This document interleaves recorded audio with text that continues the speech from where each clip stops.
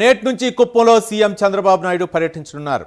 గుడిపల్లి మండలంలోని అగస్త్య ఇంటర్నేషనల్ ఫౌండేషన్కు చేరుకోనున్నారు.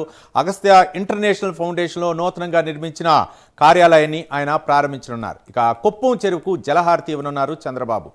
కంగుందిలో ఏర్పాటు చేసిన బాల్డరింగ్ జిమ్ను సందర్శించనున్నారు. ఈ నెల 31న గుడిపల్లి మండలం బెగ్గెలపల్లిలో పింఛన్లు పంపిణీ చేయనున్నారు సీఎం.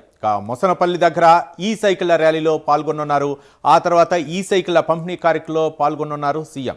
ఎంఓయూ చేసుకున్న పరిశ్రమల ప్రతినిధులతో సమావేశం కానున్నారు సీఎం. ఫిబ్రవరి 1న ముఖ్య నేతలు కార్యకర్తలతో సమావేశం కానున్నారు చంద్రబాబు.